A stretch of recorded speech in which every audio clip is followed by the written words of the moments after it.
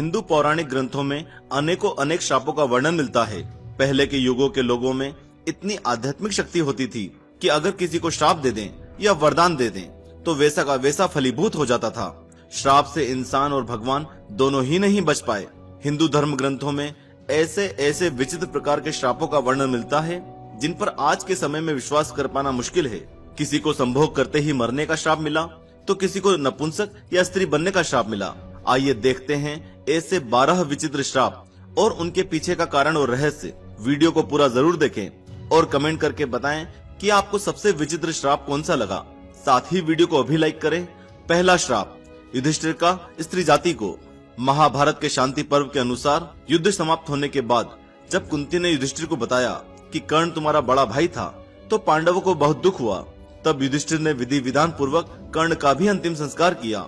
माता कुंती ने जब पांडवों को कर्ण के जन्म का रहस्य बताया तो शोक में आकर युधिष्ठिर ने पूरी स्त्री जाति को श्राप दे दिया कि आज से कोई भी स्त्री गुप्त बात छिपाकर नहीं रख सकेगी। दूसरा श्राप ऋषि किन्नम का राजा पांडु को। महाभारत के अनुसार एक बार राजा पांडु शिकार खेलने वन में गए। उन्होंने वहां हिरण के जोड़े को मैथुन करते देखा और उन पर बाण चला दिया। वास्तव में वो हिरण और हिरणी ऋषि किन्नम और उनकी पत्नी थे। तब ऋषि किन्नम ने राजा पांडु को श्राप दिया कि जब भी आप किसी स्त्री से मिलन करेंगे उसी समय आपकी मृत्यु हो जाएगी। इसी श्राप के चलते जब राजा पांडु अपनी पत्नी माद्री के साथ मिलन कर रहे थे उसी समय उनकी मृत्यु हो गई। तीसरा श्राप मांडव्य ऋषि का यमराज को। महाभारत के अनुसार मांडव्य नाम के एक ऋषि थे। राजा ने भूलवश उन्हें चोरी का दोषी मानकर सूली पर चढ़ाने की सजा दी। सूली पर कुछ दिनों तक चढ़ जाने के बाद भी जब उनके प्राण नहीं निकले तो राजा को अपनी गलती का एहसास हुआ और उन्होंने ऋषि मांडव्य से क्षमा मांगकर उन्हें छोड़ दिया। तब ऋषि यमराज के पास पहुंचे और उनसे पूछा कि मैंने अपने जीवन में ऐसा कौन सा अपराध किया था कि मुझे इस प्रकार झूठे आरोप की सजा मिली। तब यमराज ने बताया, जब आप 12 वर्ष के थे तब आपने एक पतंगे की पूंछ में सीख चुभाई थी। उसी के फलस्वरूप आपको यह कष्ट सहना पड़ा। तब ऋषि मांडव्य ने यमराज से कहा कि 12 वर्ष की उम्र में किसी को भी धर्म अधर्म का ज्ञान नहीं होता। तुमने छोटे अपराध का बड़ा दंड दिया है, इसलिए मैं तुम्हें श्राप देता हूँ कि तुम्हें शूद्र योनि में एक दासी पुत्र के रूप में जन्म लेना पड़ेगा। ऋषि मांडव्य के इसी श्राप के कारण यमराज ने महात्मा विदुर के रूप में जन्म लिया। चौथा श्राप उर्वशी का अर्जुन को। महाभारत के युद्ध के पहले जब अर्जुन दिव्यास्त्र प्राप्त करने स्वर्ग गए तो वहां उर्वशी नाम की अप्सरा उन पर मोहित हो गई।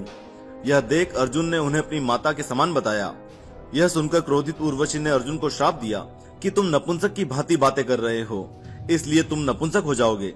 तुम्हें स्त्रियों में नर्तक बनकर रहना पड़ेगा। यह बात जब अर्जुन ने देवराज इंद्र को बताई तो उन्होंने कहा कि अज्ञातवास के दौरान यह श्राप तुम्हारी मदद करेगा और तुम्हें कोई पहचान नहीं पाएगा। पांचवा श्राप परशुराम का कर्ण को। महाभारत के अनुसार परशुराम भगवान विष्णु के ही अंश अवतार थे। सूर्यपुत्र कर्ण उन्हीं के शिष्य थे।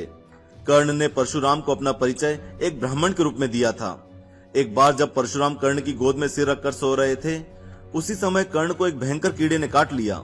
गुरु की नींद में विघ्न न आए ये सोचकर कर्ण दर्द सहते रहे, लेकिन उन्होंने परशुराम को नींद से नहीं उठाया। नींद से उठने पर जब परशुराम ने देखा तो वे समझ गए कि कर्ण ब्राह्मण नहीं बल्कि क्षत्रिय है।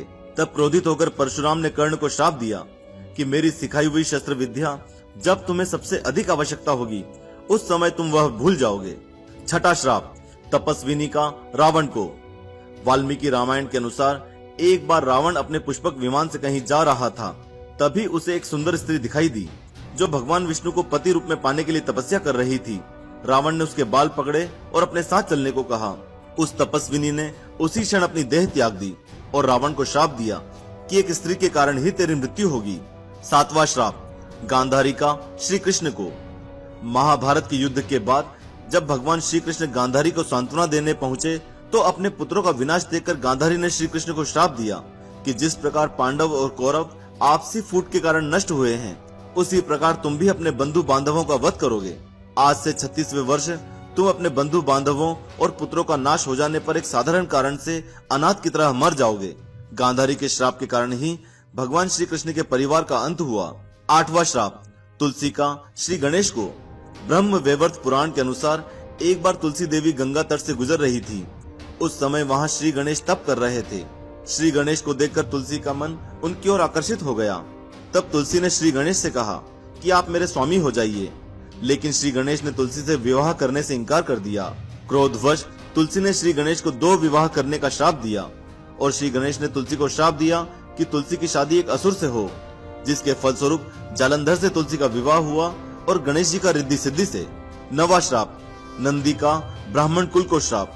शिव पुराण के अनुसार एक बार जब सभी ऋषिगण, देवता, प्रजापति, महात्मा आदि प्रयाग में एकत्रित हुए, तब वहां दक्ष प्रजापति ने भगवान शंकर का तिरस्कार किया। यह देखकर बहुत से ऋषियों ने भी दक्ष का साथ दिया। तब नंदी ने श्राप दिया कि दुष्ट ब्राह्मण स्वर्ग को ही सबसे श्रेष्ठ मानेंगे और क्रोध, मोह, लोभ से युक्त होकर निर्लज्ज ब्राह्मण बने रहेंगे। 10वां श्राप, ऋषियों का सांब को। महाभारत के मौसल पर्व के अनुसार एक बार महर्षि विश्वामित्र, कण्व आदि ऋषि द्वारका गए। तब उन ऋषियों का परिहास करने के उद्देश्य से सारण आदि वीर कृष्ण पुत्र सांब को स्त्री वेश में उनके पास ले गए और पूछा कि स्त्री के गर्भ में क्या उत्पन्न होगा।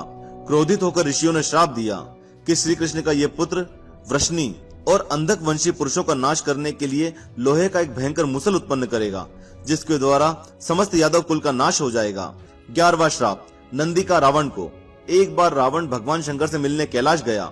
वहां उसने नंदी को देखकर उनके स्वरूप की हंसी उड़ाई और उन्हें बंदर के समान मुख वाला बोला। तब नंदी ने रावण को श्राप दिया कि बंदरों के कारण ही तेरा सर्वनाश होगा। 12वां श्राप, कदु का अपने पुत्रों को। महाभारत के अनुसार ऋषि कश्यप की कदु और विंता नाम की 2 पत्नियां थी। कदु सर्पों की माता थी और विंता गरुड़ की। एक बार कदु और विंता ने एक सफेद रंग का घोड़ा देखा और शर्त लगाई। विंता ने कहा कि यह घोड़ा पूरी तरह सफेद है। कदु ने कहा कि घोड़ा तो सफेद है, लेकिन इसकी पूंछ काली है। कदु ने अपनी बात को सही साबित करने के लिए अपने सर्प पुत्रों से कहा कि तुम भी सूक्ष्म रूप में जाकर घोड़े की पूंछ से चिपक जाओ, जिससे उसकी पूंछ काली दिखाई दे और मैं शर्त जीत जाऊं। कुछ सर्पों ने कदु की बात मानी। तब कदु ने अपने पुत्रों को श्राप दिया कि तुम सभी जन्मजय के सर्प यज्ञ में भस्म हो जाओगे। मित्रों, कमेंट करके ये जरूर बताइएगा कि आपको सबसे विचित्र श्राप कौन सा लगा। देवों के देव महादेव की जय।